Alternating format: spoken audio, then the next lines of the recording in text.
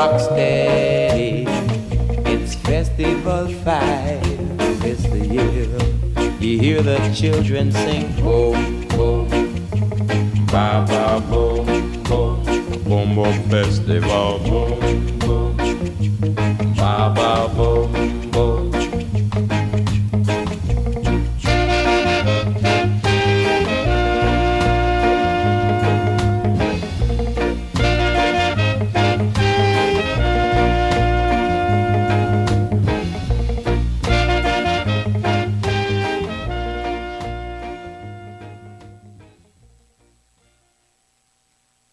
Wait the town and tell the people about the musical disc coming your way.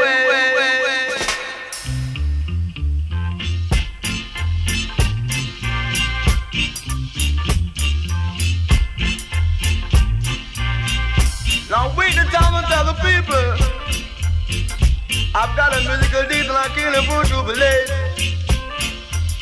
Like a plain musical disc with straight.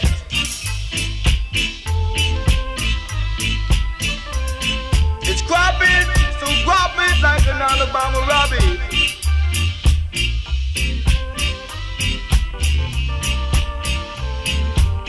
Yeah! In any old ways I play. Do it, baby, do it. You can wake it up, baby, you can wake it up. Shake it up, baby, but don't break it up, you know, girl. I am Ginger Spice from New Jersey, and you are listening to Caribbean Vibes Radio, the very best online radio station. Caribbean Vibes Radio, #1. Keep it locked. Gonna play it on strong, strong, strong, strong. Yeah!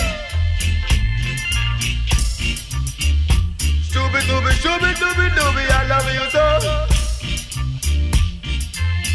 And I want the world to know you know, girl. Out of this world as I play musical disc today. Scabba-dooba left to pop it.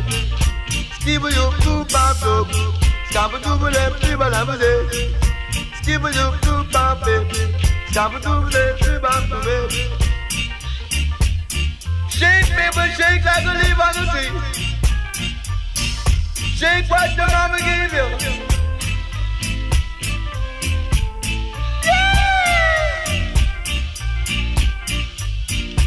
Coming on strong as I was saying, strong, strong, strong as I was saying it. It's all about you. LA's fine and sunshine most of the time, and the feeling is laid back. Palm Tree Road, rent so low, don't you know? I keep working my way back. But I'm a Jamaican boy who's born and raised. Nowadays I'm lost between two shores. LA's fine, but it ain't home. New York is home, but it ain't mine no more. I am myself.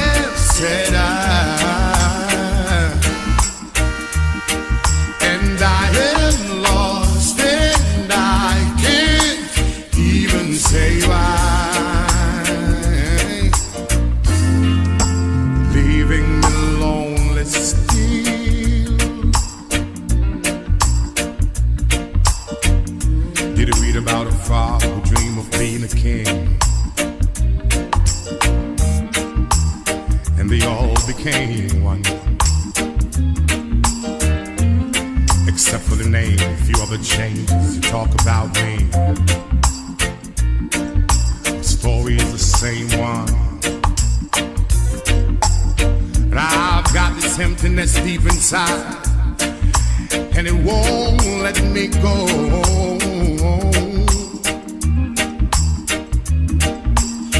And I'm a man who don't like to swear, but I hate the sound of being alone. I am myself to no one there. And no Hey, everybody. Hey, how are you? How is everybody doing this evening? Good evening. It is a Thursday. And you know how it is. If it's a Thursday, it's a Chris Whilby show. Good evening and welcome. It's the international show with Jamaican vibes. Lots and lots of Jamaican vibes. My name is Chris Whilby. I'm going to be with you for the next couple of hours. It is a show where we inform, we uplift, and we also entertain. We inform, we uplift, we entertain. We play some music. Give you some information. We have the hot topic. We chat, we laugh, and we have some fun, yeah? So tell a friend that Chris Whilby, the Vibes Master, is on the radio. We're broadcasting live from the studios of Caribbean Vibes Radio Network, CaribbeanVibesRadio.com. Covering the globe like no one else can. Talk about me. All the way from the United States of America, Massachusetts, Cape Cod. But I've got this emptiness deep inside. Also broadcasting live on Linkage Radio. Let me go. The big bad Linkage Radio out of New York City. Also streaming to Fit FM 96.7. Your life, your music in Jamaica. I'll say good evening to everybody. Welcome. I am myself. Just hoping that you're having a fantastic evening. That we're going to have a wonderful show this evening. Another show. This is going to be one of those repeat broadcasts. Yeah. We've been doing a few of those. We're celebrating our 10th year in broadcasting, and yeah, we are going back and we're picking out some shows and we are sharing them with you. And this evening we have a very, very interesting one with you to share with you. It's one where we interviewed a gentleman. He spent some time in prison. Yeah, spent some time in prison, and he shared his story with us. So I want you right now to share the link with everybody coming in. Let them know that we are here, we're live, and we are rocking. Palm Street Road, rent so low, don't you know? I keep working my way back. Don't forget that as you come on the link, Boy, you born and raised. on the YouTube link, to Now it's hit that thumbs up button. between. Hit it right away. Hit that thumbs up button, get it out the way. And then you're going to share it with 10 people. It's fine, but it ain't home. New York is home, but it ain't mine no more. Linkage Massive. How you doing? How you doing? I am myself. Good to have you all on board. To no one there. So we have all kinds of things happening in this country, ladies and gentlemen. And before we go any further into the show, I want you to, I'm gonna put up something on my screen here. It's called Anything Thursday. Starting next week, we're going to be having what I'm calling Anything Thursday.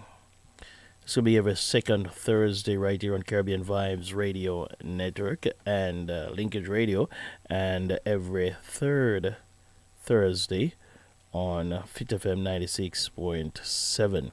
So it is called Anything Thursday. And here's what we're going to be doing. We're going to be asking, because we want to get the listeners, we want to get you involved. So we want you to come prepared for conversations, come prepared for debates, fun, and laughter. If you are thinking about it, we want to talk about it. So basically, what I'm saying here is that if you and your friends, you and your co-workers are having a debate about an issue, we want to talk about it. If it's political, if it's a joke, if it's anything at all. So every third Thursday, it's going to be your Thursday. You call me up. You send me whatever it is, the topics that you have on your mind, or whatever is on your mind. You send it to me. Hey, Chris, I found this article in the paper, or I saw this thing on YouTube. What is your take on it? What do you think about it? Let's have the discussion. Or you can call me. Once I get on air, you can call me and you can say, hey, listen, Chris, what do you think about such and such? Here is my topic. You can send it to my email. You can send it to my WhatsApp, 508-762-7621. Yeah, you can do that. But that's what we are looking at. Anything Thursday, every second Thursday, right here on Caribbean Vibes Radio Network, and every third Thursday on Linkage Radio. So tell a friend, tell them, we're doing some stuff. We're doing some stuff right here on the big bad station, Caribbean Vibes Radio Network. We want to get you involved as much as possible. So we're going to be doing, as I said before, a repeat broadcast of a show that we did some time ago.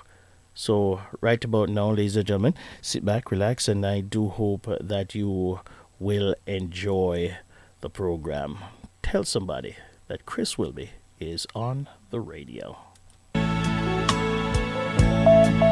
If the disco DJ's still there, go on, dance till the break of day. If you're not back in love by Monday, then you go your separate way.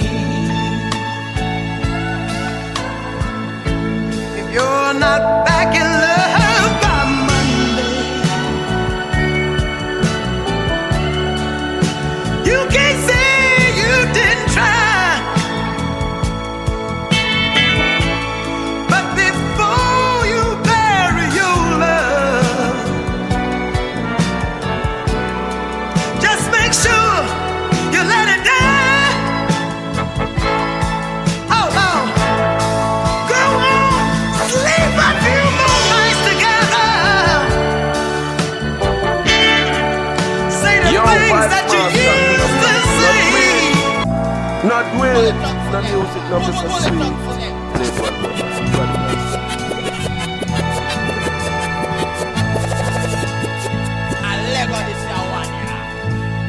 You can call Mrs. Johnson to keep the kids for a day or two. Take the early flight to Florida, just the way you used to do. Have room service, bring breakfast. Make love all through the day. If you're not back in love by Monday, then you go your separate way. If you're not back in love by Monday, can't say you didn't try. But before you bury your love, just make sure you let it die. Sleep and feel no nights together. Say the things that you used to say. And if you're not back in love by Monday, you just go your separate way. Oh, yes, yes, yes. If you're not back in love by Monday, you just go your separate. Let's just go our separate ways. If you're not back in love by Monday. 6 minutes after 8 o'clock, you're inside the Smooth Groove on Caribbean Vibes Radio. All the way up to 10 o'clock. Soul music and love songs of yesteryear. My name is Chris Whilby. Tell a friend to tell a friend. And find that little cafe that I'm on the radio. With the finest. Are you ready? Name. Are you ready? Are you ready? Are you ready? Are you ready? Are you ready? Are you ready? At the corner. I am. By the window. At 9 o'clock. In the spotlight. Who is in the spotlight this afternoon? Who is in the spotlight this evening? At 9 o'clock.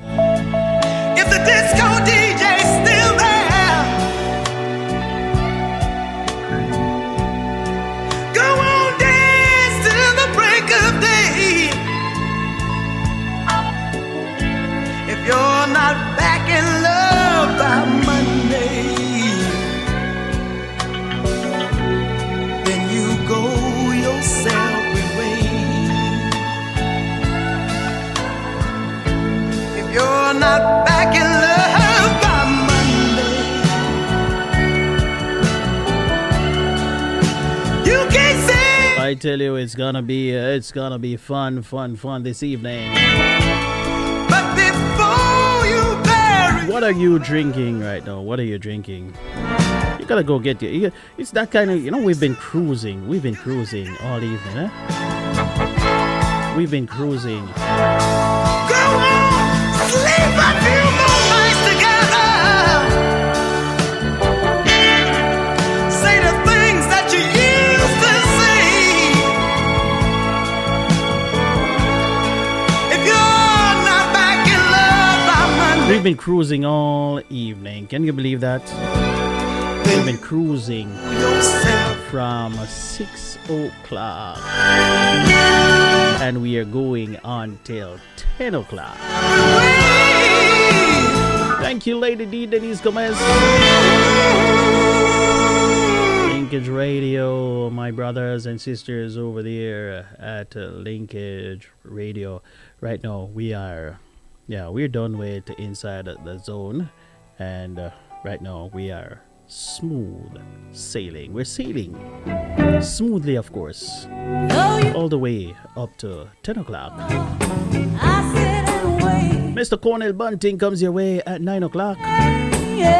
He's gonna be telling his story, what they did to him. My, what a story he has to tell. It is cold. It is bone chilling cold right here on Cape Cod. 27 degrees. What is the real feel? Let me check that out. What's the real feel? Because when they tell you that it's let me give you, see if I can pull up the full forecast for you right here. Let's see if I can pull this up for you. What's going on over here? Yeah, 27 degrees. We're expecting a storm beginning on Friday night. We're expecting a storm beginning on Friday night. The skies will be mostly cloudy, they say.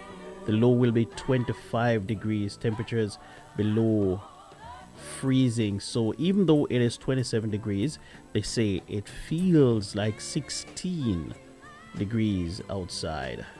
Yeah, overnight. Winter storm watch. There's a winter storm watch starting tomorrow night. Wow. Not looking forward to it at all. But guess what? What are you gonna do?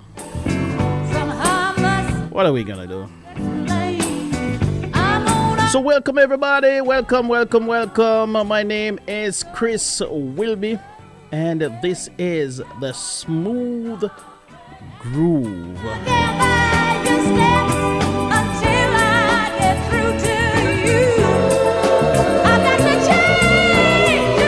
Issues affecting relationship comes your way at 8:45. What are we talking about this evening? What are we talking about in issues affecting relationship? Till you come back to me, that's what I'm gonna do. Till you come back to me, that's what I'm gonna do. I'm gonna knock on your door, tap on your door, open up, baby. I'm gonna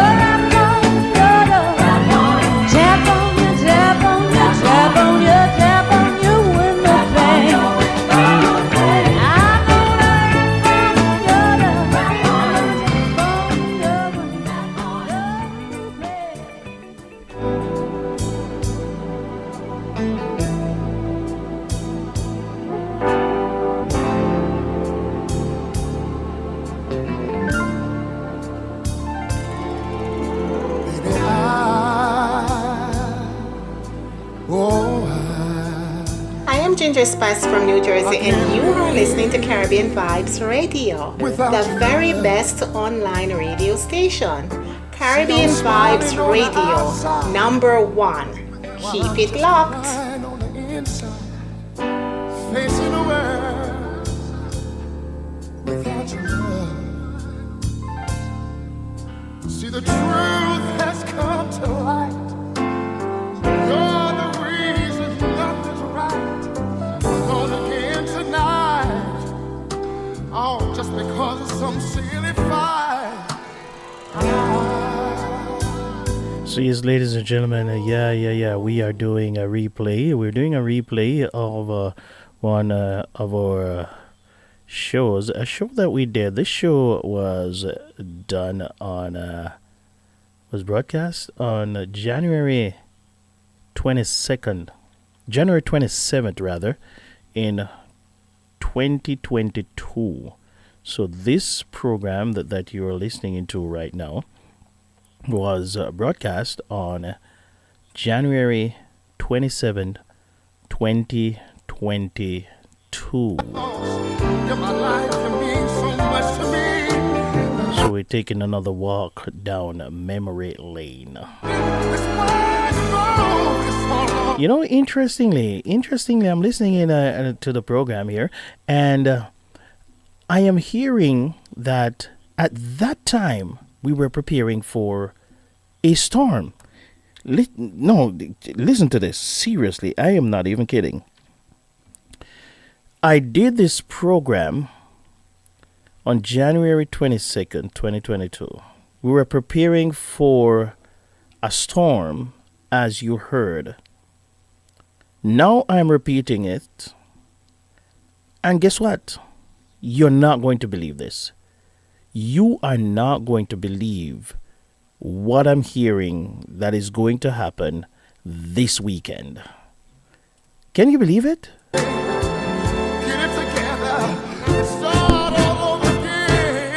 We are being told that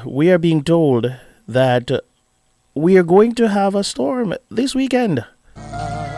We're going to have a snowstorm this weekend. Oh my word. What a coincidence. While I'm smiling on the outside, I'm just crying on the inside, facing the world without your love. See, I'm fighting sleepless nights. Tears have washed all hope from sight. Oh, wouldn't it be so right if I had you right here with me tonight? If you only reach out your hand and save a heartbroken man,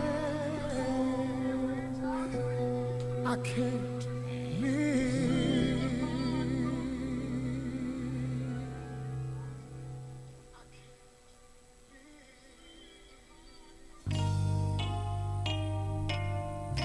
One year ago, I was touch and go. Time made me see,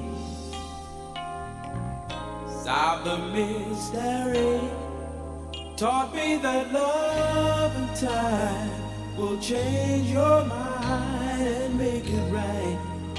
Bring your darkness to the light. My heart sings in the night. My love I bring to you. With this loving I dedicate to you, for believing in me.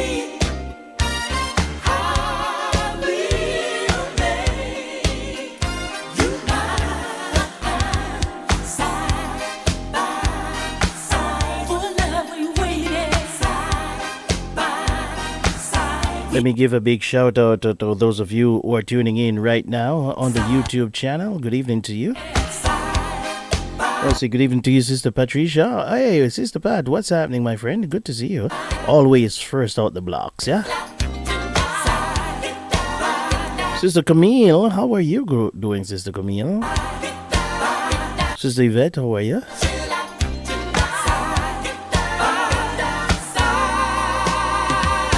Don't forget to share the link. Hit that thumbs up button. Hit that thumbs up button, everybody.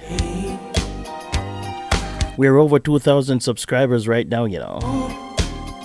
We still want to grow. We're still growing. We're still growing.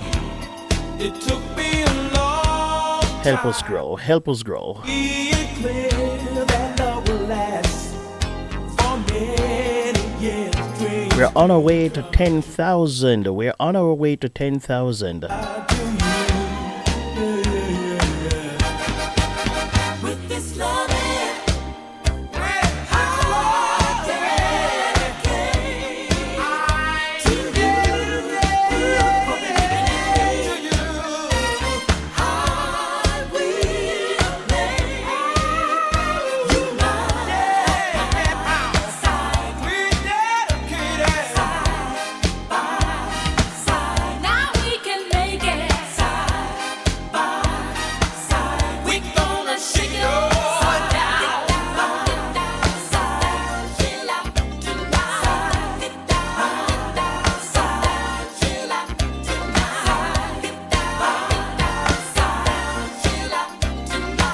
I want to say welcome, everybody. Welcome, welcome, welcome. Welcome to the Smooth Groove. It is Chris Whilby, the Vibes Master, in the house with you. Right now it's 19 minutes after 8 o'clock. Going up to 10 o'clock this evening. At 9 o'clock, we're going to be shining the spotlight on a very interesting gentleman. He was jailed in the United States in 2013. He was framed and jailed. He could have been, if he was convicted of the crime, he would have spent, it was possible that he could have spent between 32 years to life imprisonment. That's how serious it was. What happened? How did that happen? Is this something that is happening every day in the United States of America? What does it say about the justice system? Anyway, Mr. Cornell Bunting is going to be here at 9 o'clock to share his story. I suggest that you take a seat, ladies and gentlemen. It's going to be gripping. So make sure that you share the link. Make sure that you share the YouTube link. And those of you who are tuning in on YouTube right now, if you have not yet subscribed, I'm asking you to hit that subscribe button. We're working on those numbers. We're trying to round off the 100. We have not. I'm starting to push the numbers right now. So I'm asking people to subscribe. We want to get the first hurdle we want to get to is 100, and then the race is on. All right. So for those of you who have not yet subscribed, if you're tuning in, if you got the link from somebody, if somebody sent you the link and you have not yet subscribed, I'm asking you right now, hit that subscribe button and hit that bell. Also hit that thumbs up button. All right. I thank you very much. And God will bless you in advance too, man. Yeah, man. So we're working to hit that 100 mark. I wonder if we can hit that tonight. Do you think we can hit the 100 mark tonight? We're not too far off, you know. We're not too far off the 100 mark. Do you want to be the 100th person? The 100th person. Hit that thumbs up button. Hit that share button. And let's get it on.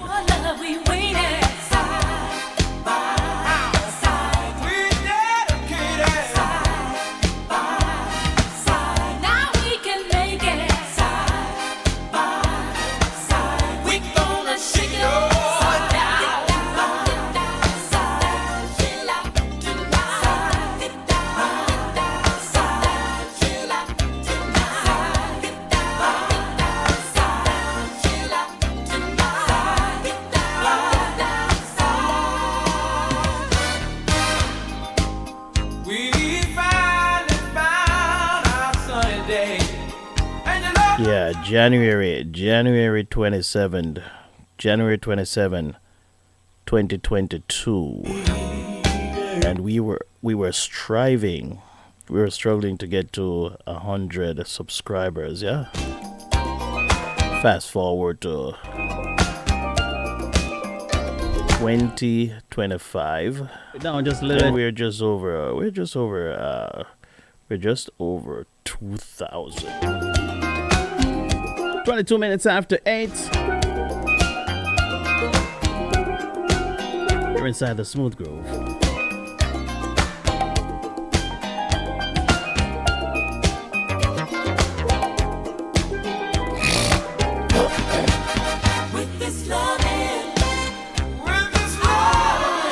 So ladies and gentlemen, let me I'm sorry, I am struggling with a cold.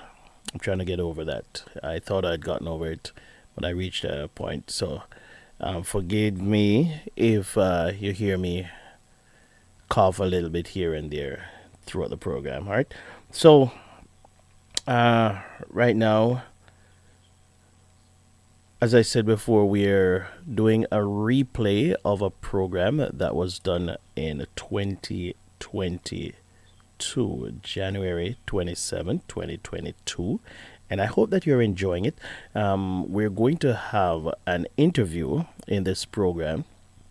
It was one that was done by Mr. Cornell Bunting, a Jamaican who was jailed in the United States of America. He almost went to prison for a long time, but I hope you will stick around and listen to that interview. All right. Stick around for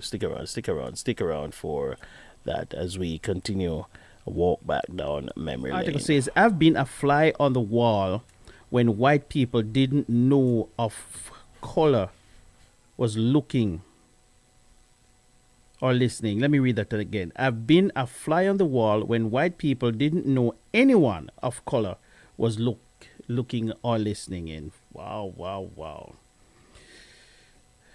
Now, this author here says she is a fair-skinned black woman who has been a fly on the wall when white people don't know anyone of color is looking or listening in. I'm a black woman, she says, who for most of my life has often been mistaken for white And I'm here to tell you that for decades, white people have openly, even sometimes proudly, expressed their racism to me, usually with a wink and smile, all while thinking I'm white too. The incidents pile up year after year. At a friend's wedding, when I met a new roommate at the grocery store while riding in a taxi, and during innumerable other events from daily life, as the nation begins finally to focus on the social injustice that takes place across this country. From the south, where I grew up, to the north, where I've lived for the past 22 years, I feel the collective pain. Even as a very fair-skinned black woman with green eyes and light brown hair, I too have experienced racism. But I've also been a fly on the wall when white people didn't know anyone of color was looking or listening. Imagine taking a car service to Newark Airport for a business trip, and the driver, a retired white police officer, tells you and your white boss that were he still a cop, he would pull over the black driver stopped next to us just because he is black. Or the white taxi driver who, during a business trip in the South, freely shares broad generalizations about groups of people looking to either find a kindred soul or spark a debate with a northerner one who he thought was white. Put yourself in my shoes. When you move to Reston, Virginia, temporarily while you wait for your apartment to become available in Alexandria, and your new roommate, a young white male, one who you thought was kind and warm, warns you to be careful of venturing into Washington, D.C., because every time he goes there, he gets robbed by black people. Really? Every time? I questioned. Think how upsetting it would be to join your boyfriend, at the time who also looks all white but is biracial, at his friend's wedding, and one of the guests states he doesn't want his daughter going to a particular concert because there will be too many black people. How do you respond to something like this? How do you respond while at a social gathering where etiquette suggests politely smiling or at least pretending not to have heard? There's the executive who asks, "Is this the ethnic Cheryl?" when I wear my hair curly rather than straight.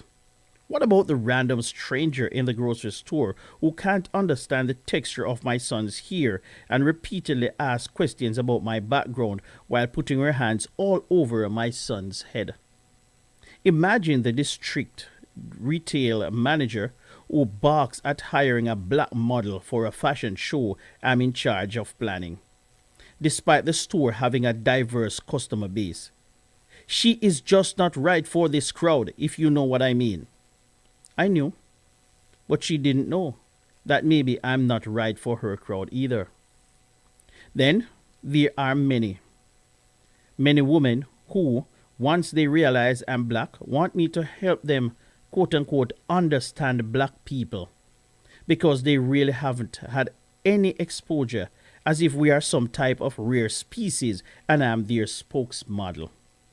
Some instances, I hope, are not coming from a place of hate, but rather incorrect assumptions based on too little information and a too fast glimpse at my face. The medical records that say white instead of black. The doctor who doesn't understand why I'm asking questions related to genetic conditions that are more common to particular ethnic groups. The employee file that doesn't count me as one of their diverse hires. The committee that doesn't realize they have a person of color represented. The performer who asks why don't we have any black people in the audience tonight, while looking directly at me seated right there in the front. And yet, it still hurts. whether in my personal or professional life. Rather ironic, since I work in the field of philanthropy, diversity, equity, and inclusion. This is a type of fear, ignorance, and lack of self-awareness that I have witnessed and experienced for over 40 years. I'm 51, and I am exhausted. I'm tired of weighing each time whether I am going to say something in response to these hateful statements because I must continue to advocate for what is right, or if I am going to walk away because I'm just too damn tired, or stay silent while gaining more insight into what really is on the minds of some when they don't think a black person is listening.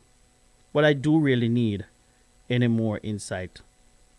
But do I really need any more insight? Any more proof of what some will say or do if they think no one is watching? Does it really matter if I'm living in the south or no in the north, in a city or suburbs, at work or running errands around town, at a social event or on public transportation, when it's clear from my own experiences and the indifferent attitude toward the suffering of others, spotlighted these last months but enacted for years, decades, centuries before, that some of those same people don't even care when the eyes of the world are on them. Yes, I am exhausted, but I must act. When I hear racist comments clearly meant for white ears only, I have to stay. I have to stand. I have to speak up, challenge, identify myself, educate. I must walk with my fear-minded brothers and sisters of every color to call out racism whenever I see it. I do my part to make this a more just world. And I must say, I am black too. Wow. Very interesting reading. And this is from Cheryl Green Rosario. And she's working on a memoir about her experiences as a light-skinned black woman often mistaken for white. Her name is Cheryl Green Rosario. Cheryl Green Rosario. And she posted that in the HuffPost. Very, very interesting read right there. It's now 8:32, 28 minutes going up to 9 o'clock. Once again, I want to say thank you all for jumping on board. Thank you for being a part of Caribbean Vibes Radio Network. At 9 o'clock, we are going to shine the spotlight on a very, very interesting gentleman, from out of Jamaica. Stand by for that, right?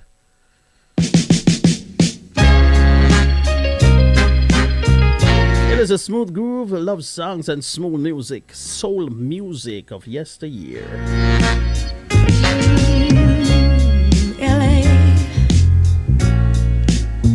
proved too much for the man. Too much for the man, he couldn't make it. So he's leaving the life he's come to know. Ooh. He said he's going. He said he's going back to find. Going back to find. What's left of his world. The world he left behind not so long ago. He's leaving on that midnight train to Georgia. Leaving on the midnight train. Yeah. Said he's going back to find. to a simpler place and time. Takes that ride. Oh, yes, he is. Right by his side. Now be with him I know you will. on that midnight train to Georgia. Leaving on the midnight train to Georgia. I'd rather live in his world than live without him in mine. World is his and hers alone. He kept dreaming, ooh, that someday he'd be a star. A superstar, but he didn't get far. But he sure found out the hard way that dreams don't always come true. Don't forget, those of you on YouTube, don't forget to share the link. Share the link. Send it out. Tell them that we are having an interview at 9 o'clock. We're shining the spotlight in the spotlight. Take it back to the light. In the spotlight this evening. Oh, yes, he did. He said it would. What's happening? How are you doing? Leaving on that midnight train to Georgia. Good evening again, Annette. Yeah. Said She's becoming a very, very regular listener, you know. Thank you very much, sis. I really, really appreciate your support. It means a lot, you know. I know you will. Oh, that midnight train. Always good to see family hanging around, you know. That's my big sis right there, yeah. I'd rather live in his world. Love you, sis. Without him in mine. And of course, the First Lady. The First Lady Yvette is hanging around there too, somewhere. She is busy at work, ladies and gentlemen. Yeah. She may not be able to comment as often as she wants to. So I know she's gonna pop in every now and again. She's listening in, I'm quite sure. She just can't respond, you know. Sometimes she's driving too, from one place to the other. Sometimes she's one of the silent listeners there, you know. Leaving to you, honey bunny. How are you? Then live without him in mine. The midnight train to Georgia. I tell you.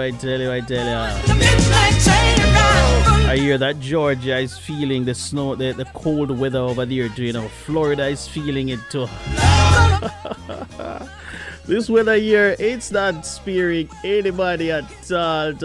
Everybody is getting some of it. You think you're getting out here running from up here to the Garden of Florida. You think you not get to it. That's all the thing. Coming down there. 20 degrees by you down there. It's sweet, me, you see. It's sweet, me. Call me selfish if you want to. I don't care. Call me what you want to call me. Call me selfish if you want. But it's sweet, me.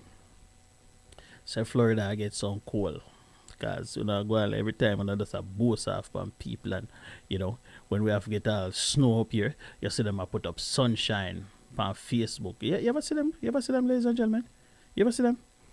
When you're getting snow, wallop, 15, 20 inches of snow, you see them down there taking pictures and putting up 70, 80 degrees. Yeah, and showing themselves on the beach. Me don't sorry for no bug out. Get some 20 degrees pound. Oh, Lord have mercy, I tell you.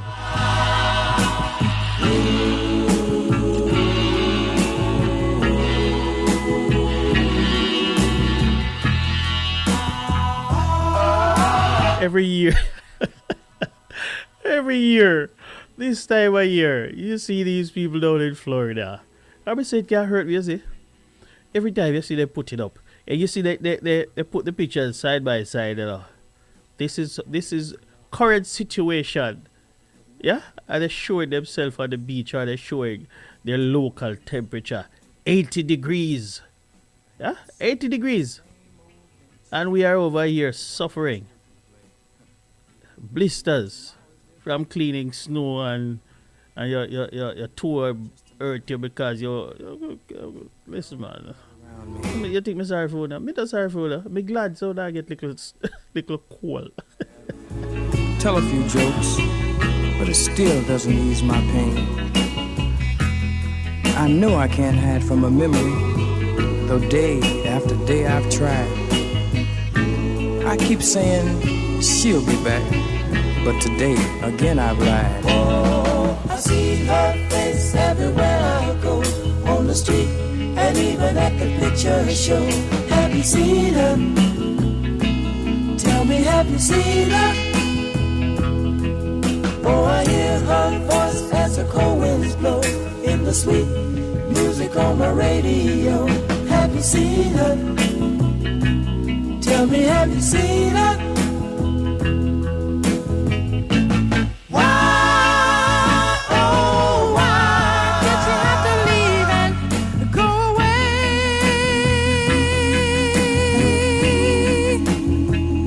Oh, I've been used to having someone to lean on, and I'm lost, baby, I'm lost.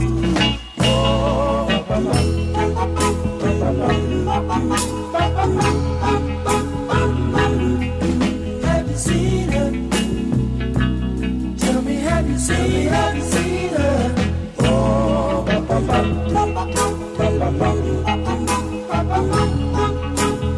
have you seen her? Tell me, have you seen her? Oh, she left her kiss upon my lips, but left a break within my heart. Have you seen her? Tell me, have you seen her? Oh, I see her hand reaching out to me. Only she can set me free. Have you seen her? Tell me, have you seen her? Why, oh, why Lady D. Denise Gomez Green. even go away? What's happening, my friend? Oh, yeah. How is New York City this evening? Oh, I've been used to having some, you know, and I'm lost, baby, I'm lost. Oh,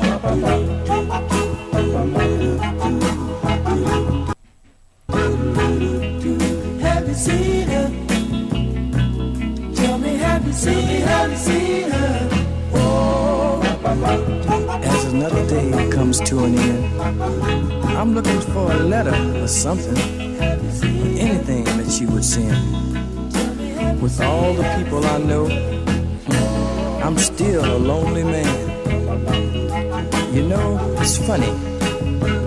I thought I had her in the palm of my hand. tell me, have you seen her?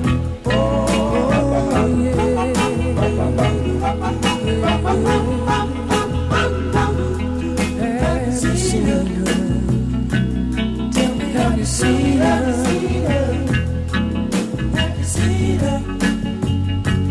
Tell me, have you seen her? Have you seen her?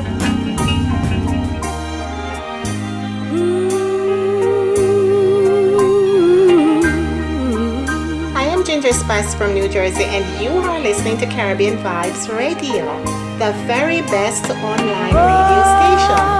Caribbean Vibes Radio, number one. Keep it locked. long time. Yo, Vibes Master. Not do it. Not do it. The music, no, is so off sweet. of my Play mind, one more time. but I can't.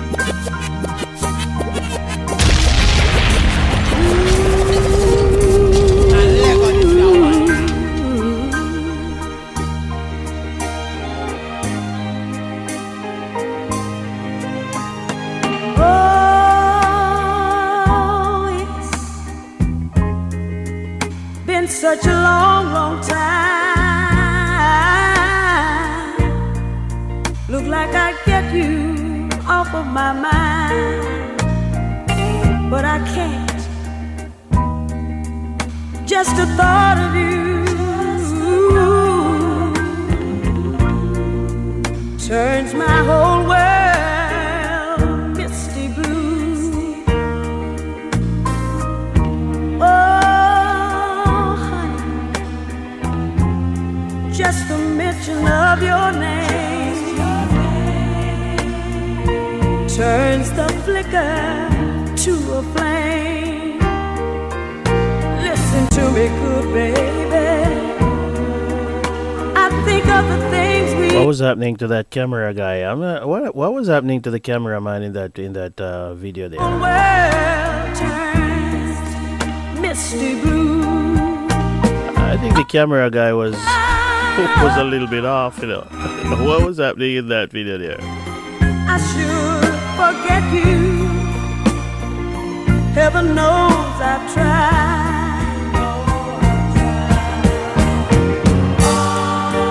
Baby, when I say that I'm glad we're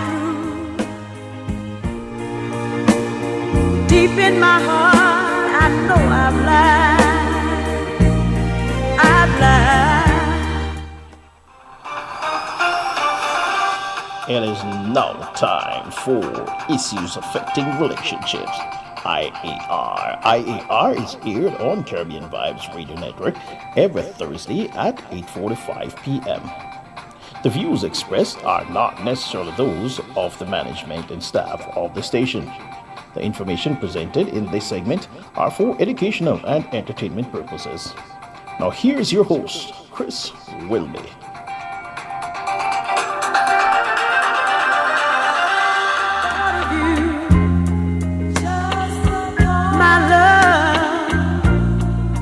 My whole world turns misty. Yeah, it's that time.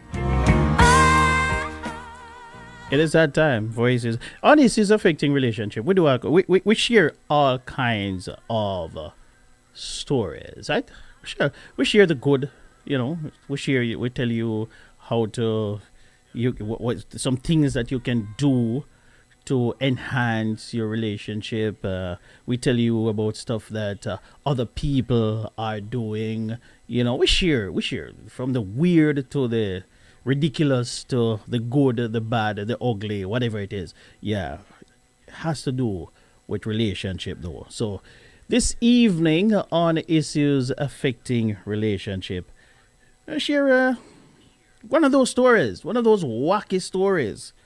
It says here that I fell in love with a prisoner I'd never met, and now we are engaged and planning a wedding. Yes, that's what we share. We share all kinds of stuff here at Issues Affecting Relationships. So this one is one that is going to fall in that, should I say weird? Yeah? Wacky? I don't know. You be the judge of it. But maybe I should just use the word interesting. Yeah? It says here, Bria Sutton, 22, very young, fell in love with Harley Webb, 32, while he was imprisoned for burglary. And the couple are now set to get married after he proposed on the first day of his release. As we edge closer to Valentine's Day, there will be no shortage of stories to remind us that love is in the air. But we bet that there won't be a story quite like Bria Sutton's, who is engaged to a man she fell in love with from his prison cell without actually meeting him. Many of us meet our partners through dating apps, works, friends, or bars. But as the traditional quote says, true love always finds a way, right? Bria, 22, got engaged to Harley Webb, 32, just a day after he was released from prison for burglary. And now, the besotted duo say they are planning a life together. Congratulations are in order. Maybe you should sing that for them. Somebody, Lady D, you can sing congratulations from the Kira Brea started chatting to Harley on the phone in August 2020 after a friend who was also dating an inmate put the pair in touch. And things moved quickly as they became boyfriend and girlfriend just a month after. Due to COVID restrictions, they could only keep in touch via phone calls, letters, or for another 8 months. Once prison visits were allowed, Brea visited her boyfriend for the first time in May 2021, and every week since then until his release a week ago on January 10th. She surprised her boyfriend with a tattoo of his initial on her ribs at their first... I don't know if I can manage to finish reading this. This one is a little bit too much for me. She surprised her boyfriend with a tattoo of his initial on her ribs at their first in-person meeting, while Harley lavished her with gifts from his cell. Just 24 hours into his freedom, Harley returned the gesture by popping the question before releasing celebratory fireworks. Bria from Swindon, Wiltshire, said the first time we got to hug, it was just so surreal. And I tell you, love at first sight. Love at first sight, I tell you. Fireworks! I was crying. It doesn't seem real. It's like I am living a dream. Oh, my Lord. It's crazy finally being together after just visits and phone calls for so long. But it's like we have known each other forever. There are no awkward moments or anything. He proposed to me the next day in a park with a firework display. I tell you, fireworks! I've never felt like that ever in my life. I was lost for words and really emotional. I can see, I can understand why he was in prison and you couldn't get to see him. And now I had no idea. Everyone was guessing that he would propose, but I didn't want to get my hopes up, so I wasn't expecting it. I didn't think he'd do it because he hadn't had time to get a ring, but we went and got it the next day. The following day, the couple went and chose an engagement ring together, with Bria opting for a diamond and platinum number. Bria is now staying in a rented apartment in St. Ives, Cornwall, to be near the hostel her fiancé has to stay in as part of his probation.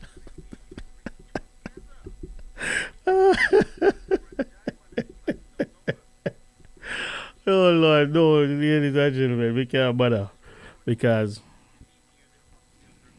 I wonder where him get the money. I wonder if part of the money where him used by the ring is part of the one where him did rob the people. Can you imagine? All her family and friends, they're on board with this. Would you be on board with your daughter telling you that she's in love with a guy? I don't know. My daughter come and tell me that. On a flatboard, they know nowhere near about the place there. My daughter come and tell me that, but she is in love with a guy she met in prison. In prison!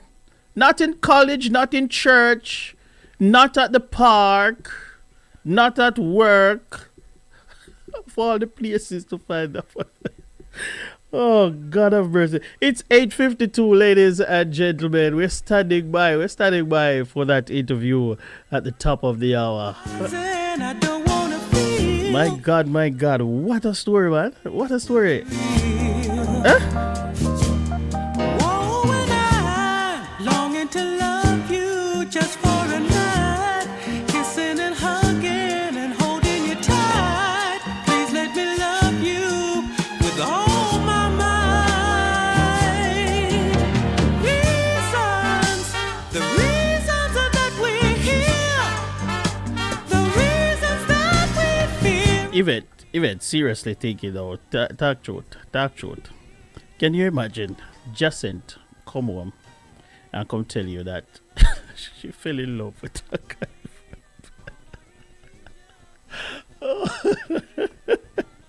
She fell in love with a guy from prison? Prison? Of all the places, there is nowhere else where you could find love? Prison? Oh my God and Father. No, man. Something not right there, so. I think they're going to be the next Bonnie and Clive. Is it Clive or Clyde? Clive, yeah. Bonnie and Clive. I think they're going to be the next Bonnie and Clive.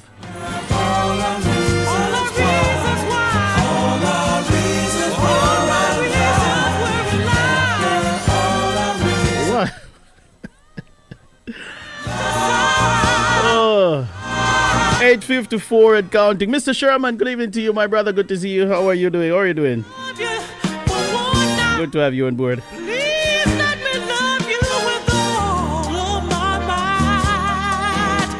Bonnie and Clive. That's what they're gonna be. she fell in love with him. You hear the story? You hear she just had goosebumps and everything just all over, and she was just like, ooh, he fell in love with me. In the spotlight coming up, we're gonna be shining the spotlight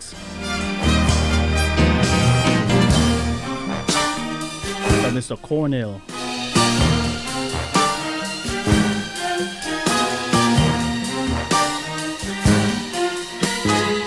At 9 o'clock. What a story that is gonna be. He was imprisoned. He was imprisoned in the United States of America. He was imprisoned in the United States of America in 2013. Yeah. He was framed. And needless to say, he went through hell and back. But I can't tell the story because I don't know the story. I don't know all of the story. I know bits and pieces of the story. So I can't tell the story. And that is why I invite him to come here this evening and talk to you in his own words. I'm not going to be doing much of the talking, ladies and gentlemen. Don't expect me to do a lot of interruption. This guy has a story to tell. And I want him to tell it as much as possible. In his own words. I want him to tell you from A to B. And then from B to Z. What happened. How it happened. Why it happened. Where it happened. What he's doing today. Where is he today? How did this affect him? How is it affecting him? All of those questions he's gonna set straight once he get here in run about 3 minutes.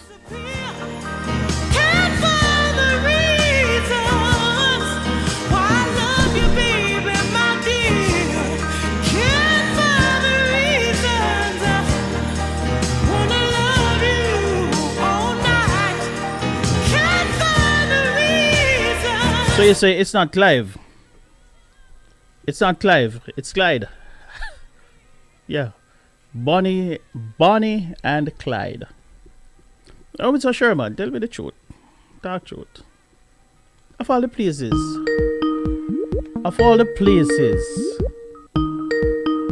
The young lady decide to find love. In prison? In prison? There was nowhere else on earth that she could find love? I don't know. I don't know. I tell you. It is 8:58, ladies and gentlemen, standing by at the top of the hour. We have a very, very interesting story for you. It is one of those stories. It's one of those stories. I know we hear a lot about stories like these in the United States of America. We hear a lot of these stories on a daily basis where people are getting free. But to hear it from a person who have been through it is a completely, completely different thing. And so Mr. Cornell Bunting is gonna share his story with us coming up. Stand by.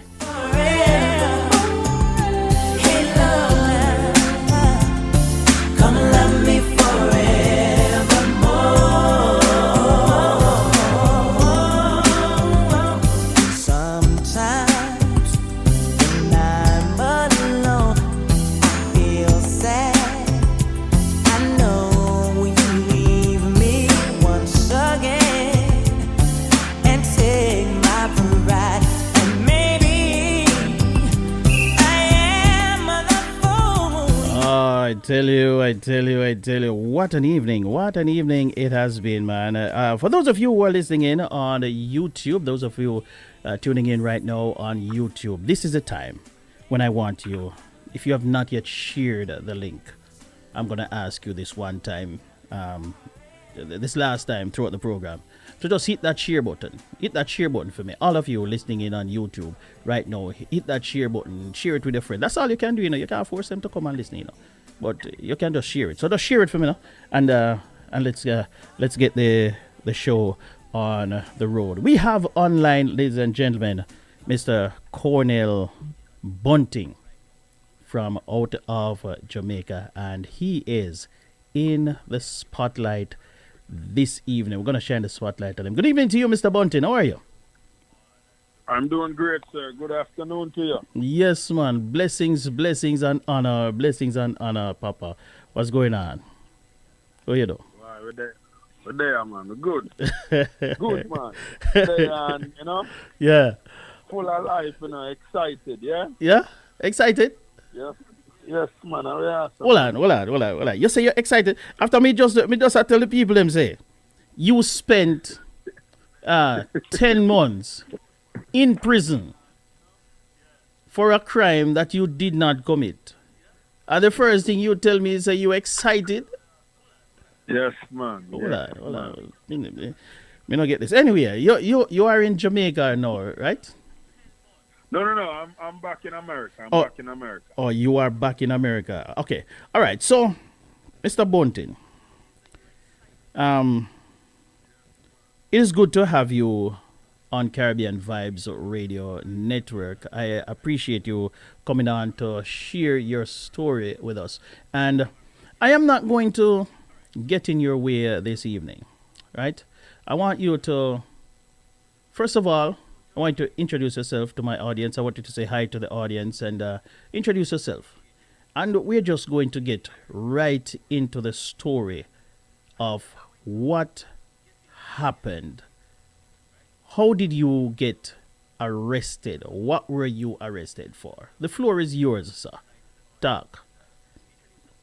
Well, it's an honor to be on this show right now, and I'm grateful to you for having me on, So, for everyone, my name is Cornell Bunting.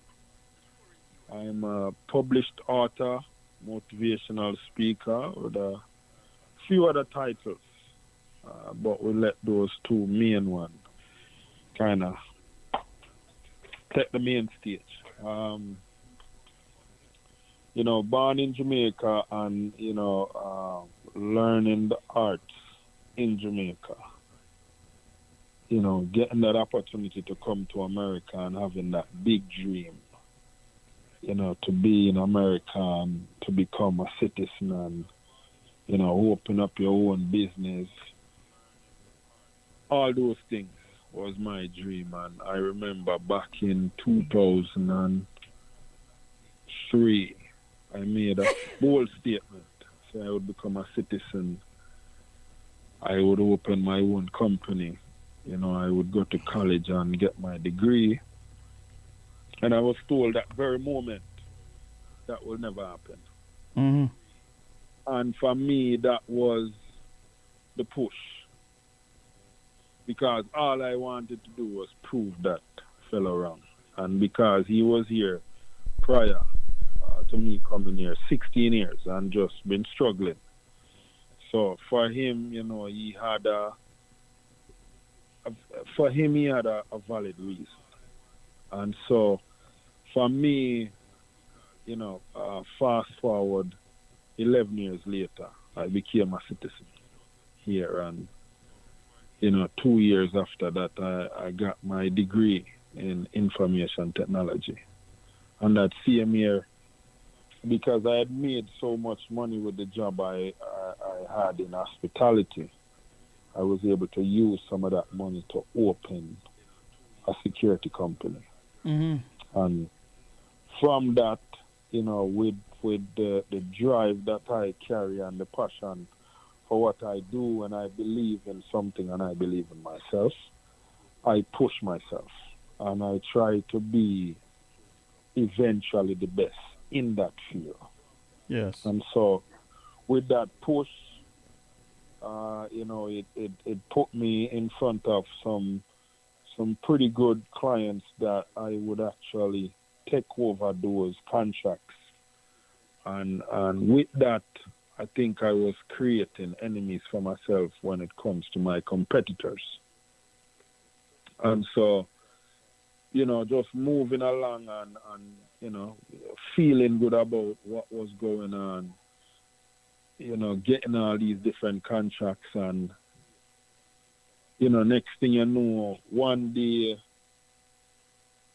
and, just to hover over some of, what unfold. I was getting these different contracts, and I remember the last big contract I got was to sign. I signed with this family to provide them with physical security at 3 different locations. And in that time frame, a member from that family was going through some things with someone out of state. And I guess it was in that same time frame as well where other people knew of this thing that was going on, except myself. I guess I didn't get the memo. And which was what they were able to use to fabricate a story against me. And basically what that was, that family member had some business with someone that built engines, and that person did finish the engine for them. So what they did, they said that this family hired me to go kidnap that fella, possibly kill that fellow, rob that fellow, all these different things, tie them up. A whole heap of something they had to it, and all that stuff from that build up. They took that story, and there came a time when I was trying to sell one of my employees as a good worker for a location, and I wanted to convince the owners that this guy would fit well for their location. And so, because of some complaints I was getting from, some of my employees about that individual, I say, let me do evaluation with that person to see what the mindset is like and what's going on with it. And it just happened that very day when I decided I was going to go sit down and have some breakfast with him, with the new client as well. It's the very morning that we got pulled over, and that pullover started out first as speeding, and then it went into something is wrong with the license because that gentleman was driving the car. Then that changed to something happened and we need to take you guys in for questioning. And next thing I know, I'm being taken out of the vehicle that I'm in, and I'm being put in a van. And then next thing you know, I'm going into a room and sitting in a room and having these guys come in trying to speak to me. And I was so confused. I couldn't say anything because I didn't know what to say. And when you don't know what to say, you just don't say anything. Yeah. And from that, they took me to jail, the holding cell. And in the holding cell, for me, I was thinking, they make a mistake, whatever. They would give me ban, and I would ban out. And I would, go home and try to figure this thing out. Yeah. And that wasn't the case. They say, you can't see the judge until in the morning, so you have to spend the night in this holding cell. And when I tell you, this holding cell, there were probably 17 of us in this one cell. There was barely walking room. So at that time, at that time, Cornell, did they actually tell you why they were holding you? No. They did not tell you why they arrested you. They did not tell you why they were holding you. No. Okay. No. So, and so what happened? Finally, we went to first appearance, and in first appearances, they called out the charges. And when I heard the charges, I actually sat back down because I thought maybe I got up too early. They maybe said maybe I was coming up next, whatever. Yeah. And then they start calling out. Because you know for that is someone not else, you. and What are they talking about? Yeah. Yeah. So the guy, I don't know if he's a bailiff or whatever you call him. He said, "What are you doing, man?" I'm said, "Well, them I call out some crime where I don't recognize. So I'm not sure who they're talking about." He said, "That's you, man. That's you they're talking about." Wow. And yeah, man. So when he said that now, it hit me. And now I was really confused. Because now I'm saying, what's going on here?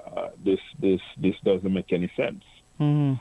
And when they call out the 16 felony charges, 16. the way they were called out, because they were hold on some of them, I basically didn't have a bond. So they said, well, you don't have a bond, Mr. Bunton, so you have to go to maximum security jail, where you hang out with the felons that are doing 2 life sentence and all these different things. Hold on. Yeah.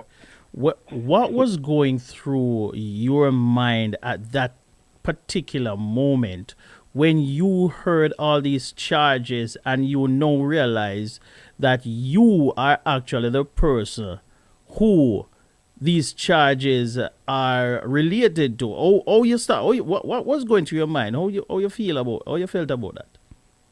Confused, man. I felt like darkness had just hit my it's like darkness rushed to my head, and like everything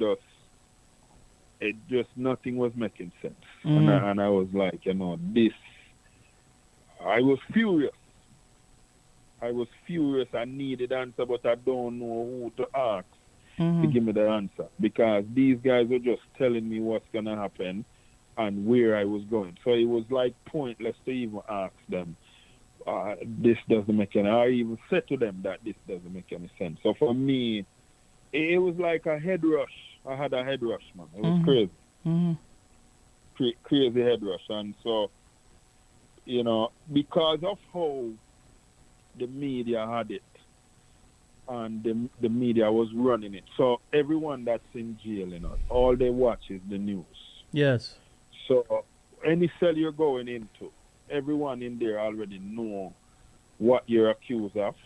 Uh-huh. So the TV actually categorize you when you go to jail, because they know whether you're a weak guy or whatever type of guy you is, and then that determine if you get beat up and all those different things. So because of how they tarnish my name on the media, I was able to, it was like a pass. No one really wanted to mess with me because, they had the whole zip tie and body bag and all these things they say we had. Mm-hmm. It was brutal, man. And so when I went in there, the guys that was running that cell, they were actually taking stuff from other people and giving it to me because, it took a while for your books to get set up. Yes. And your books is something where you put money and you can buy your canteen and you have some snacks for snacking, because the food in there is terrible. Yes. And, so me really, the first couple of weeks was rough. But, like I said, because of how the picture was painted against me, these guys had like gathered a sense of respect for me and just wanted to make sure, sir. Because they see you as a violent criminal, yes, a hardened criminal. Yes, so in other words, yes, no guy gonna test you. Right. Right. Yes, wow. Yes, man. So wow. in that sense, the tarnish of the name, it helped in that sense. Yes. And the different things that I witnessed while there, I really didn't think we had humans that would behave like that, and a lot of it was very disturbing. The good thing about the maximum security is that you always have COs, those officers that are watching everyone. They have COs assigned to every cell. So you're being watched 24/7. So you don't have to be too much worry about someone trying to mess with you like rape you or any of them type of thing there. Mm-hmm. It's more when they see how them turn them back and someone been eyeing you want to check you, like hit you or whatever. Mm-hmm. That's how that works. And fights do break out, but when they do a lockdown, everyone go in their blocks and they come and they check everyone knuckles, and whoever knuckle look red and swell up, then pull them out, put them in the box. So that was really the life in there. And when I tell you I had to create a shell of myself, not necessarily me, but the character that was created, I had to create a shell of that individual to be able to fit in with that crowd and, just go along with it, just to kind of preserve me, Colonel Bunting. And from there now, I was able to kind of somewhat move without going crazy, because a lot of the guys in there were going crazy. And I tell you, man, it gotten to a point, like I seen guys that just look at like the medicine lady that come down to give different people their medication, that have a full-blown relationship with that lady. Yeah. That lady have no idea that she's in a relationship with one of these criminals in the cell. And I've seen where guys fight other guys because that guy was looking at her. And, so that's the world that I was in. And I had to figure out how I needed to take this world and make it my world. Mm-hmm. How I can just control this.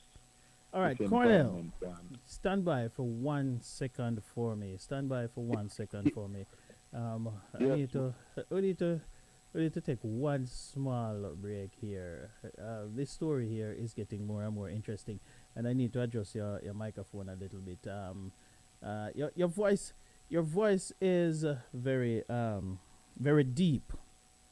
So because of that, I'm trying to turn it up, and then I cannot turn it up a little bit too much, and then it's not hearing. So if you can do me a favor and just see if you can elevate your voice a little bit more, because you have that bass on your voice. So elevate your voice a little bit more so we can so the audience can hear you. But stand by. We need for ladies and gentlemen, we're talking to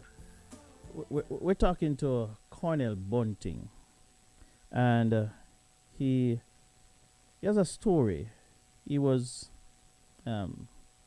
arrested in the United States in 2013, and he faced multiple charges, and he was going to be sentenced. If he was convicted, he would have served between 32 years to life imprisonment on these charges.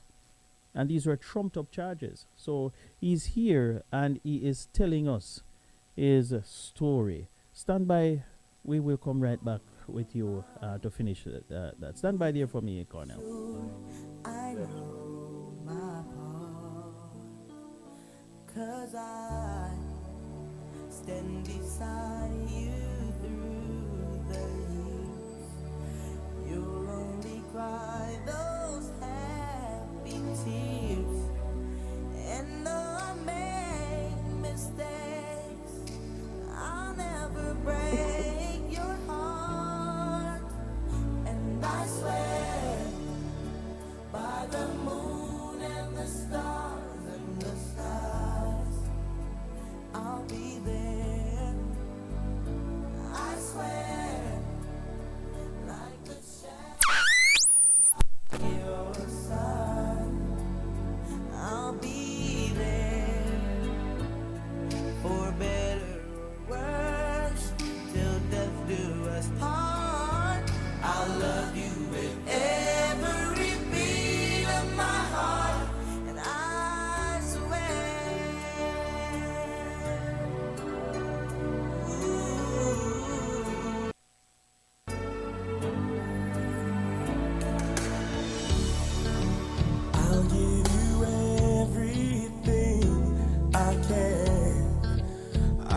build your dreams with these two hands. We'll hang some man. All right, Cornel, you there? Yes, sir. Yes, sir. All right, let's see if we can, I hope we can, we're better with that volume there right now. Yes, continue with the story. You said that you were in the cell and you were now going over a couple of weeks in the cell, and people were now afraid of you. Can you just repeat some of the charges that you were charged with again? So, kidnapping, I want to say robbery, I want to say attempted murder, because it was expunged, so I don't have a paper that actually, show me in front of me the different charges. But the way it worked was there is 8 counts of solicitation. So all these, so it's the same, so it's 8 charges, but the same 8 charges fall under 2 different categories. One is solicitation and the other is conspiracy. And with that, the 2 8 now mount up to 60. So it's really kind of how the whole thing unfold. And so what they said was the amount of people that was at this location, each person is a crime. Oh, so, gotcha. Yeah, so that was how they did it, and it brought it to what that looked like. So from there, for me, because now I was really confused, but now everything, it was like hitting real, like this is really happening, like you're not going anywhere. Like you literally have to sit here until they figure this out, and you get a lift off the ban, because without the hole being lift off the ban, I can't ban out. And so, for me, it was really just having conversations with God, and I'm just saying, Father God, I mean, I really understand what you're trying to do right now, but I would love for you to bring me some clarity. And, because I was really bitter. I was bitter for maybe the first 3 months in there, I was very bitter. Yeah, which I can understand. I mean, most people would be. Yes, man. And, but things were happening. Things were happening. And when I tell you, this moment, there was a moment. There was a big moment. And it's a moment that I will never forget. It was because where we were, you don't see the light at day. You only see the light at day for 1 day a week, for 1 hour. So the rest of the time you're just locked in the cell, and that's literally, if you're creative, then maybe you do some reading, because they bring you books for you to read, and you can buy writing pads and write. And so with that, this moment happened, and when this moment happened, it pushed me to doing all the above that I just spoke of. And so, we were there one day, and when I tell you, some people were working out, some were just kind of talking about, different crimes. Because some of these criminals are really, really criminals, that just don't care about the outside world. They just want to be there. So they do certain crime with the hope that they could possibly get away. Most of them don't get away. And they talk about it. So there was this day when I tell you, everyone was engaged with, either someone or something. And out of nowhere, this fly appeared. And when I tell you, it stole the attention from everybody. The fly had everyone's attention. Because we didn't understand how this fly got in there, where this fly come from to get in there, and everyone it's like they were excited. Everyone was excited about the fly, and one guy said, "Make it clear, nobody hurt this fly." And right then, it's like this voice starts speak to me, and I say, "You're gonna get out, You are the fly there, Yeah, man. But I need you right now to start use the talent on my gear. You need to open this mind of yours and show the world your creativeness. Don't worry about when you're going to get out. You will get out. This fly is here to show you that there's hope. Make you see that the impossible is possible. And it's like I was just taking all that in. And, you know, after that day, when I tell you about maybe 3 to 4 writing parts, I was reading a lot of books between the Bible, adventure books, fiction, non-fiction books, all kind of books. And then I was just writing my own different tale of stuff that I went through when I was younger, you know, and just the different places that I was moving around to and stuff like that. So that fly really kind of changed the perspective of how I was seeing a lot of things. Yeah, man. Yeah, man. And it calmed me down. Because after that, I wasn't bitter anymore. I understood. And you were going, how long, and this happened, how long were you in there when this fly actually? The fly happened around 3 months in, you know. Mm-hmm. Yeah, man, around my 3 month while I was there, the fly happened. Okay. Yeah, man, and this now me just buckle down. Which state you said this happened in again? This is in Florida. Florida, okay. Yeah. So, just the way everything unfolded from there, I didn't fear anything because when I tell you that they were bullying me to take a 5-year prison sentence. So they and wanted this guy your lawyer was encouraging you to take a plea deal. Not necessarily, you know. The lawyer had to come tell me what they tell him to tell me. Okay, gotcha. And so he just let me know that he said this is not coming from me. This is coming from the state attorney that is prosecuting, you know. And you know, so and there was at one point as well where I actually met with the state prosecutor as well, where he sat down with me and was just trying to tell me all these different things. And he even went as far as to one point saying, you know, I mean, you can go do this 5 year and come back out, and before you know, this thing is off your name, and you can move on with your life. And I'm saying to myself, this brother must think I mean, I have no sense. I don't understand what this brother come and talk to me about. These things are when I make no sense. And so, for me, you know, you see, because I never do anything, there was nothing these guys could tell me to calm me down and make me feel like, say, I needed to take a deal in order to see back my kids, them, man, you know? Yes. Because at the time, my boys were coming to visit me every Friday. Mm-hmm. And the way that work is a TV screen. So they go to a building.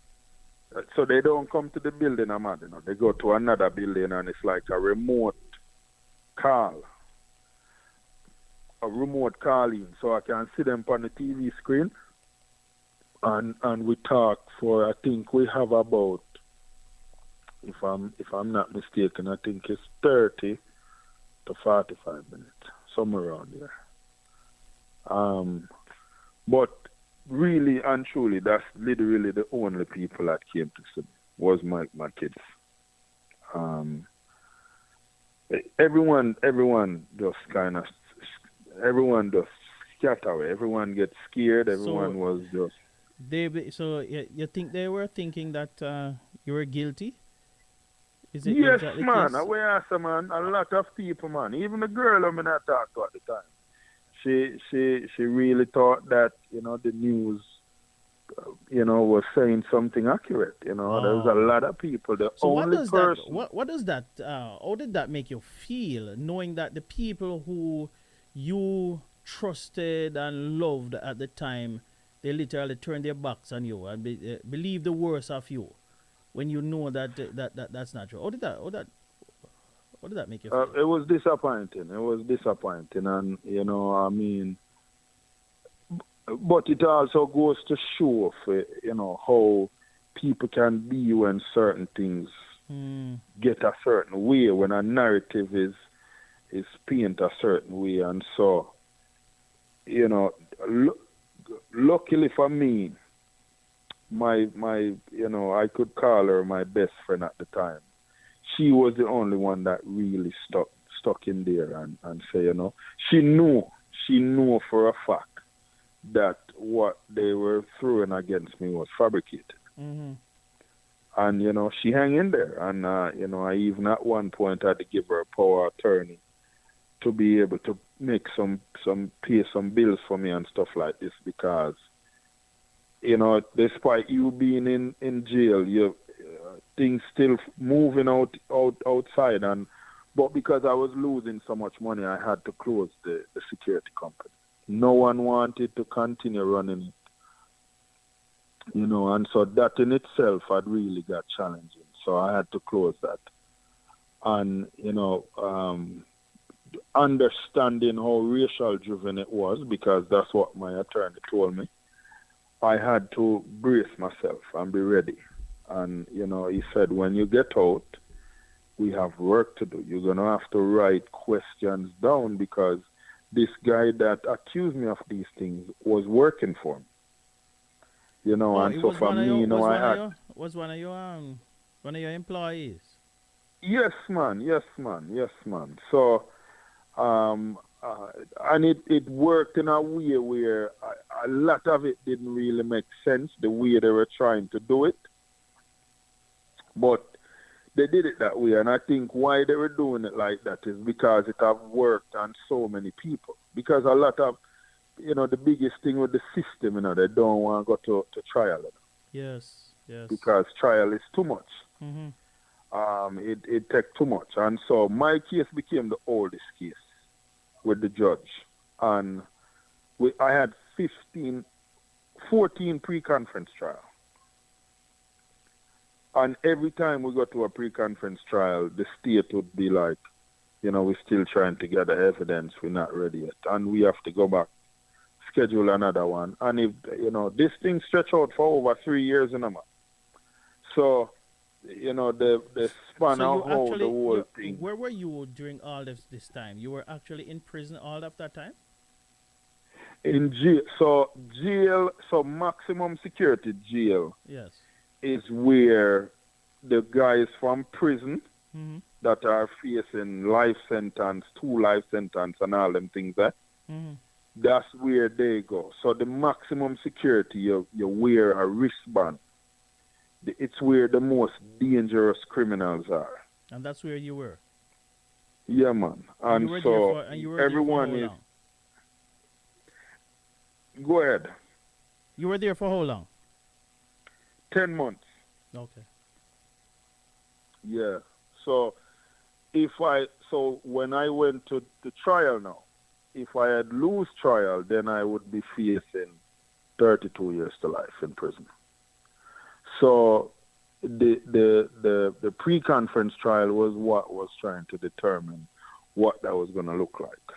Mm-hmm. And so because the case, it became the oldest case, mm-hmm. they had to try it. And for me, I was praying that it would be tried because I was broke.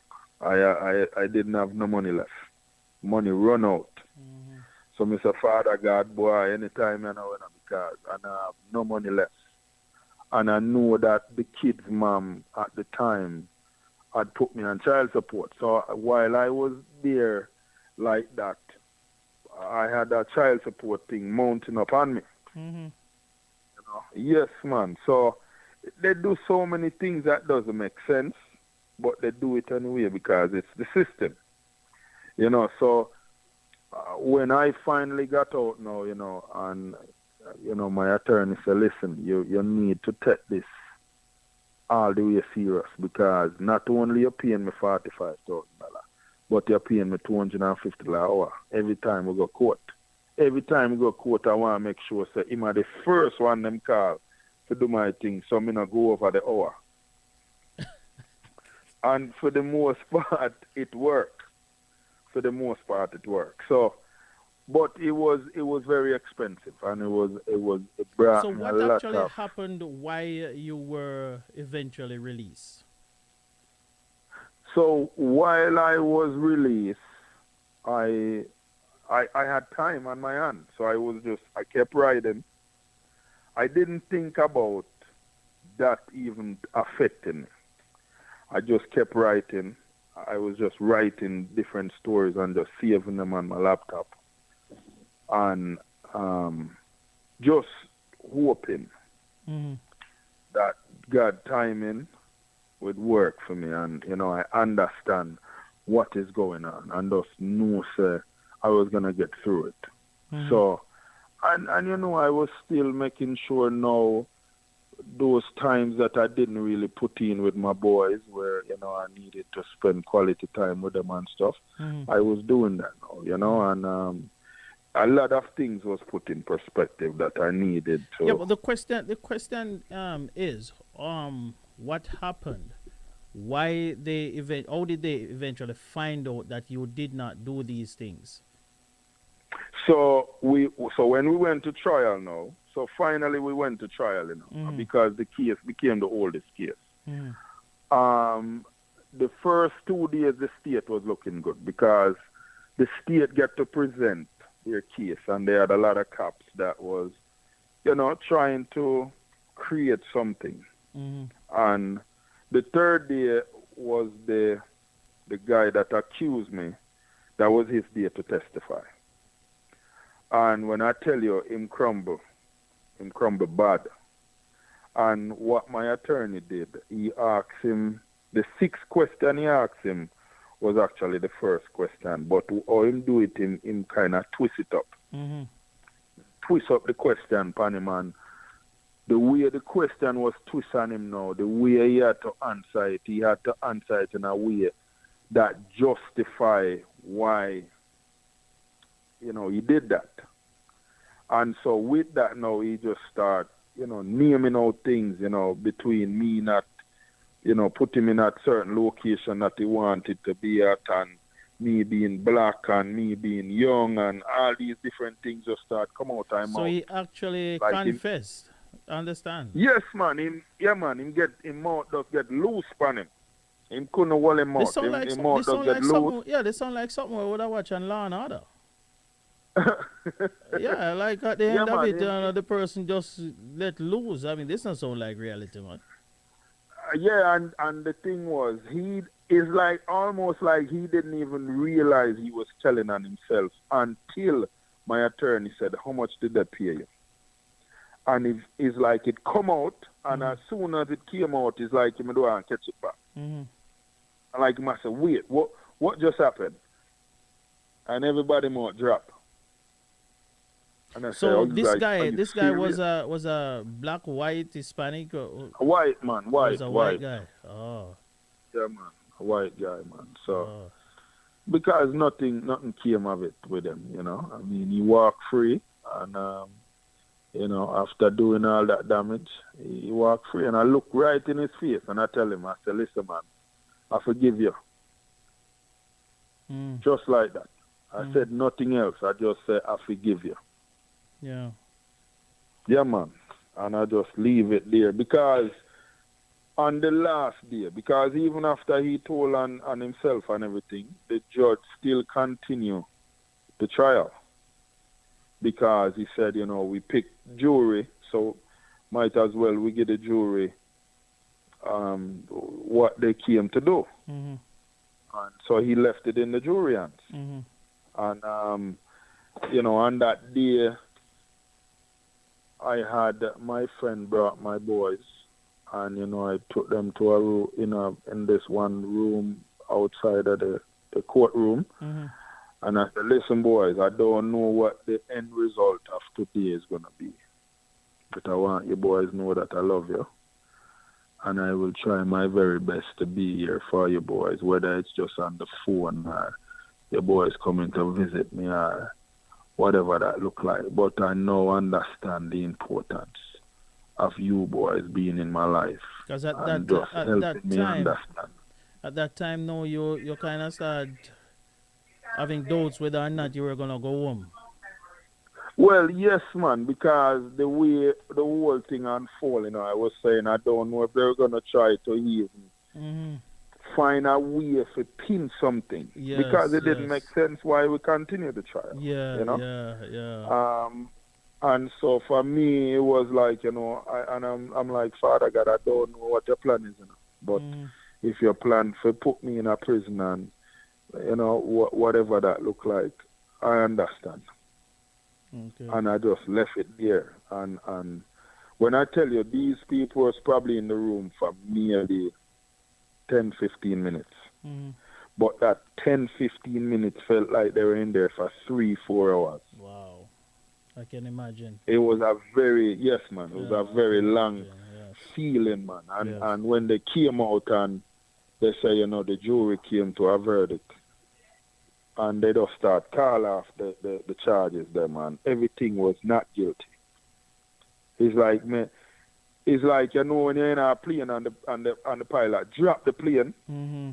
and like your belly bottom and left you. Yes. Every time them drop one and they say not guilty, it's like something else left, man. And I just saw it I go until them get to the final one, the 16, and not guilty. And me sit down and me just got emotional. I just start cry. Me youth them come around me and hug them, man, Yes, yes. Yeah, man. So what happened? What happened after that? How did you face that challenge, knowing now that you went to jail for something you did not do? Did you try to sue the state, or how that part of it worked? Well, the message that was passed down to me was, I would focus.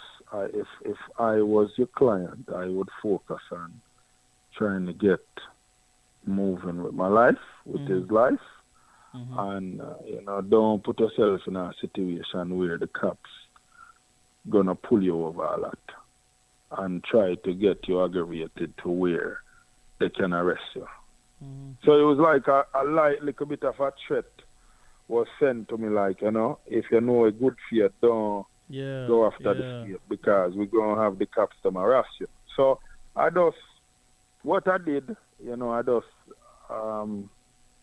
I say, let me focus on spending time with my boys, because at the time, no one want to give me a job, because even after the case done, I still had the 16 felony charges on my name, even though it said null. But enough people don't know what that means. So, you go to a job, and when I tell you I probably applied over almost 200 jobs, nobody would give me a job. Wow. And I just leave it alone for a little bit. At the time, years my lady, on the airwaves. friend, A massive shout out to the one and only Chris Whilby, a man of God whose innovative and pragmatic vision has catapulted this platform to the top of the broadcasting game. Chris, you've truly got it going on. Your energy, passion, and creativity have made Caribbean Vibes Radio a force to be reckoned with, covering the globe like no one else can. Here's to many more years of groundbreaking success, unforgettable vibes, and inspirational content. Keep soaring, Chris, and keep the vibes alive. Lady D Denise Gomez Green, host Inside the Zone. I went to church with them, and in church, I died, man. I fell out of my chair, died, left my body. Looking at myself when they were trying to bring me back, and running to myself, trying to tell them I'm fine, and finding myself falling through my body.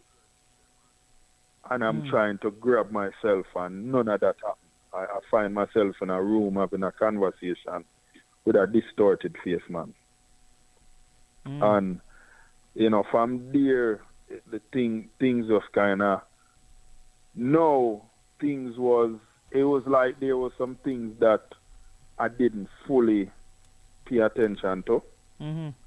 So All right, ladies and gentlemen, that was a rebroadcast of one of our shows that was aired some time ago. This one was aired in January of 2022.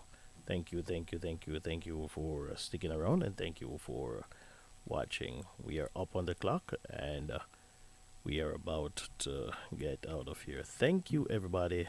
Appreciate it, appreciate it, appreciate it. Thank you, thank you, thank you.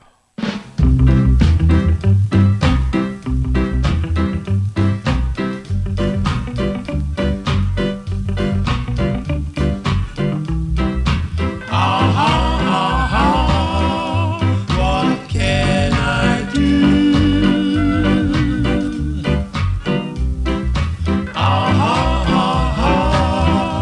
What can I do?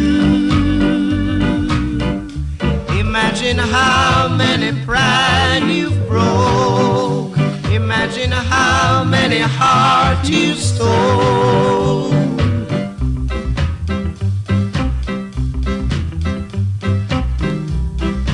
Everyone in town knows about you. Happy-go-lucky girl. Once again, I want to say thanks to Fit FM 96.7, Your Life, Your Music. Thanks to Linkage Radio. Linkage Radio Massive. Oh, how much I'd love to control you. Thanks to the K Vibers, Caribbean Vibes Radio Network family. Don't forget next week, come with your topics, ladies and gentlemen. Come with your topics for next week. Happy-go-lucky girl.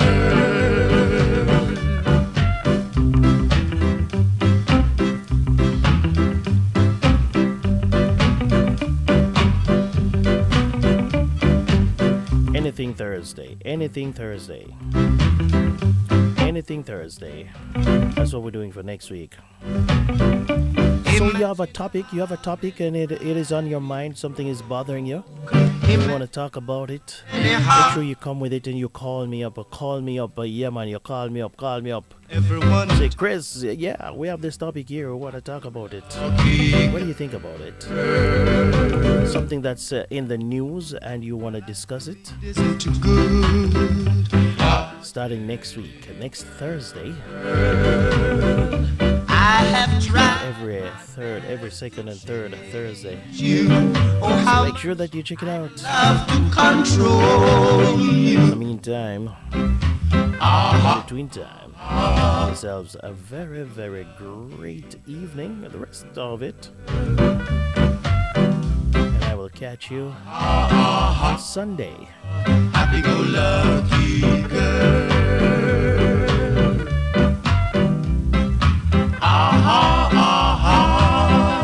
Happy-go-lucky girl.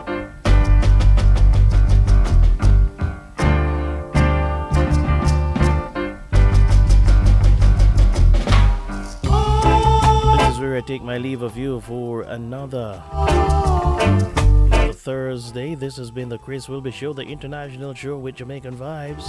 My name is Chris Whilby. Have yourselves a great, great evening. Take care of your beautiful selves.